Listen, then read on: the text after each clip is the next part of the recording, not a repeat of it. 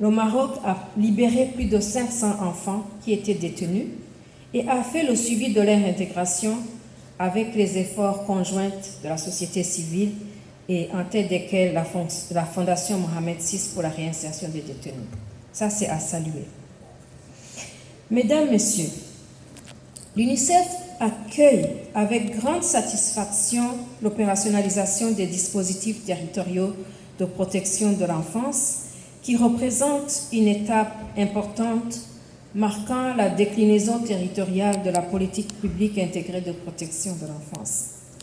Cela va sans doute contribuer à améliorer la qualité, la couverture et l'accès des enfants et des familles vulnérables aux différents services de prévention et de réponse à toutes les formes de violence à l'égard des filles et des garçons vivant au Maroc.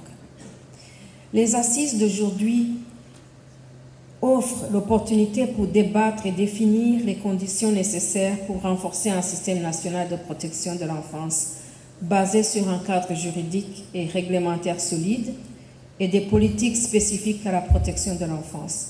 Et ceci à travers 5 éléments que je vais citer ci-dessous. 1. Des structures de gouvernance efficaces, y compris une bonne coordination entre les ministères, les différents niveaux de décentralisation et les acteurs formels et informels, et un continuum de services allant de la prévention à la prise en charge. Et 3. Des normes minimales et une surveillance à travers les mécanismes d'information, de suivi et de responsabilité, et des ressources humaines, bien sûr, financières et d'infrastructures. Et enfin, une participation sociale passant par le respect de l'opinion des enfants et le soutien d'un public sensibilisé et solidaire. L'accès à un service judiciaire plus adapté peut faire une réelle différence dans la vie de nombreux enfants vulnérables, ceux victimes ou en conflit avec la loi. Et toute action dans ce sens doit reconnaître l'enfant en tant que sujet de droits et de libertés fondamentaux, qui veille à ce que toutes les décisions prises à son égard soient guidées par son meilleur intérêt et qui s'inspirent des normes et standards internationaux en matière de protection judiciaire. Je tiens ici à saluer la volonté et les efforts de nos partenaires pour faire de ces assises un moment stratégique au cours duquel il y aura la signature de la convention entre les principales parties prenantes pour une meilleure coordination et gestion plus efficace des placements des enfants en contact avec la loi. Et je me réjouis de notre partenariat, comme je le disais, avec l'Union européenne et des efforts remarquables au sujet de la protection des enfants à travers le projet Imaya Plus, qui vise à agir pour prévenir les risques et renforcer la protection des enfants en contact avec la loi.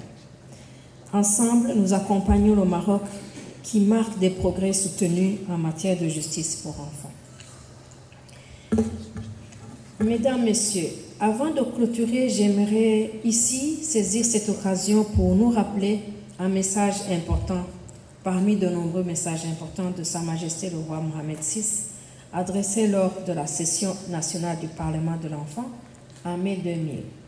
Je cite: « Notre Père vénéré, que Dieu bénisse son âme, était profondément soucieux de placer la question de la protection des enfants, de la garantie de leur avenir et de la préservation de leur dignité parmi les préoccupations majeures de notre pays. Il fut le précurseur concernant l'adoption de la Convention de l'ONU sur les droits de l'enfant et dans la mise en place des mécanismes efficients pour en assurer la mise en œuvre, comme en témoigne la signature par le regretté souverain, que Dieu ait son âme, de la Déclaration universelle sur la sauvegarde de l'enfant, sa protection et son développement.